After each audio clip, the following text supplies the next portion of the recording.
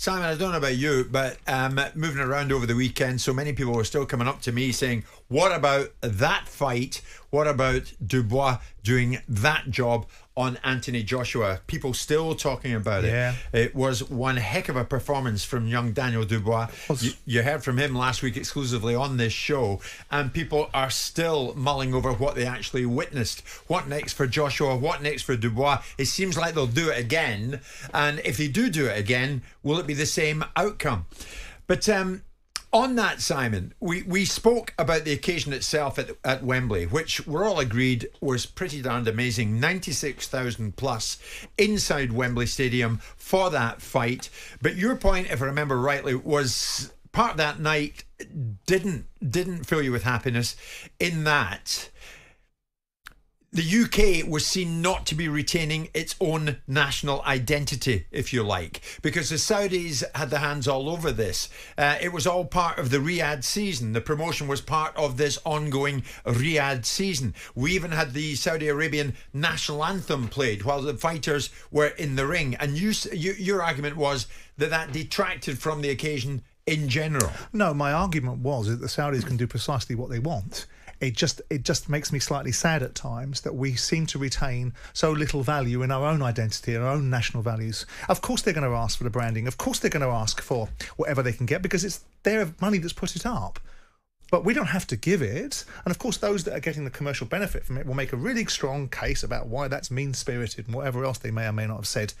But it's in line with the idea that a national anthem for sporting participants is entirely appropriate. I don't see the Arsenal team running out to the Rwandan national anthem, or didn't see the Chelsea team running out to the Chelsea owners' Russian national anthem. So I don't know why we would allow it. And of course the Saudis would want it because they want to promote their own event. Right. It's up to us not to. There's been a fair bit of pushback on that, not least over the weekend, not least from co-promoter Eddie Hearn. Simon Jordan is the most miserable geezer I've ever met in my life. Like, can you imagine being around this guy? It would do your night. He don't stop moaning. And I know it's his thing because that's how, disc jockeys have to do that. But at the end of the day, what is the big deal? Before Riyadh season come along, before the Saudi, all he did was moan that we didn't get these fights. Well, Fury Usyk, when we're going to see that? When we're going to see? All of a sudden, they've all started happening. Now he wants to moan about a national anthem. Honestly, he's not even worth talking about. And, he calls me an imbecile. The geezer is a grade A plonker. Plonker. Plonker is the best word for Simon Jordan. You've only got to look at the geezer and go, plonker, even before he opens his mouth. And then when he opens his mouth, it becomes a grade A plonker, right? So, he does not stop moaning. And it's just absolutely mental. And he puts his broadcaster in the... The relationship was going so well, and he can't help himself. I thought disc jockeys were normally quite happy. I would have thought that would have been the opposite end of the spectrum. You're not a disc jockey because a disc jockey is a person who introduces and plays recorded popular music, especially on the radio or at a club. I've never seen you do that. Are you a plonker? Depends upon your cat. Listen, in fairness to him, I did call him an imbecile. And the reasons why I called him an imbecile was because I assume he couldn't read. Because if he'd read the article and seen that none of the things that he's addressing have I actually said. And none of the things that he says I've never complained about the events being held in Riyadh. Never complained about that at all. I simply observed that I do hope that we get lots of events being fought in the UK, which they have subsequently done. All I raised was an issue. Of course, Eddie is substituting principle and integrity for commercial returns, which is his prerogative. And I had the same conversation with Frank about they're trying to turn it into an argument which wasn't there. I'm very happy with the Saudis to be at the table. I'm very happy to have their investment. What I'm not so happy about is the fact that we seem to think that in order to have this investment, we have to give everything up. And one of the arguments that keeps getting raised, without the Saudis, wouldn't have these fights. Well, you might want to examine that, because we've got Eddie Hearn in one corner, Frank Warren in another, two British promoters with two British fighters that were world champions in Fury and Joshua, and for 15 years or 10 years, they couldn't get the two guys in the ring and they had to get the bloody Saudis to do it. And all the Saudis have done is increase the scale of money that the fighters have got. So the Saudis have brought Frank and Eddie together? Well, the Saudis' money has, yes. The Saudi money. And that's what they're celebrating. The national anthem for the celebration of Saudi money. Yeah. That's wonderful. So when Eddie goes off on a tangent, the issues that I raised are no relationship to what I wrote. they're seeming to suggest that I have a problem. Now, what they've all missed also is that I had a Saudi shirt sponsor on the front of Crystal Palace. So this idea that I don't like Saudi money is just a concoction of Eddie and Frank's, because it makes them look good in the eyes of the people that are facilitating commercial outcomes for them, and takes it away from the central argument. Everybody I've spoken to, besides those that have got a vested interest and people that think that the only thing that's great is the fights that are being made, which is in part an argument, everybody thinks it was a tad strange to have the national anthem for Saudi Arabia played in an English stadium in front of the British national anthem with no Saudi Arabian participants in it.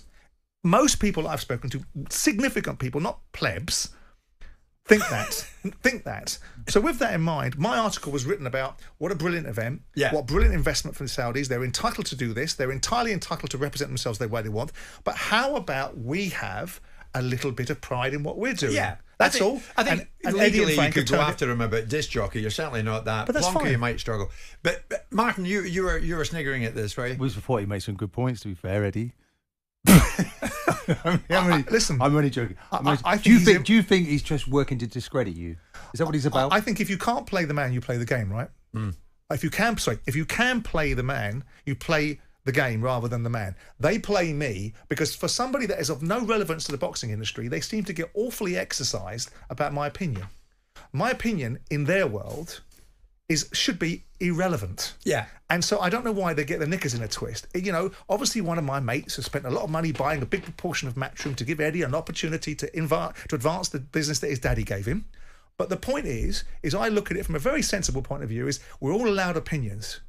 And if my opinion, I called him an imbecile because, again, I assume he can't read. I mean, there is a case to say that perhaps he can't read his own contracts because he tells me there's things in them which aren't But your actually point there. also is, if Turki Al Sheikh had not come along, Eddie and Frank would still be operating independent of each other. And what does that say? Is that to be admired? Do we turn around and say to the two British promoters that have responsibility for the two British fighters, you weren't able to make fights for X amount of years, as a well done to you, and you needed someone else to come along to our country to give you the money to make the two best fighters on the planet at one time, Fury and Joshua, which was the fight that never got made.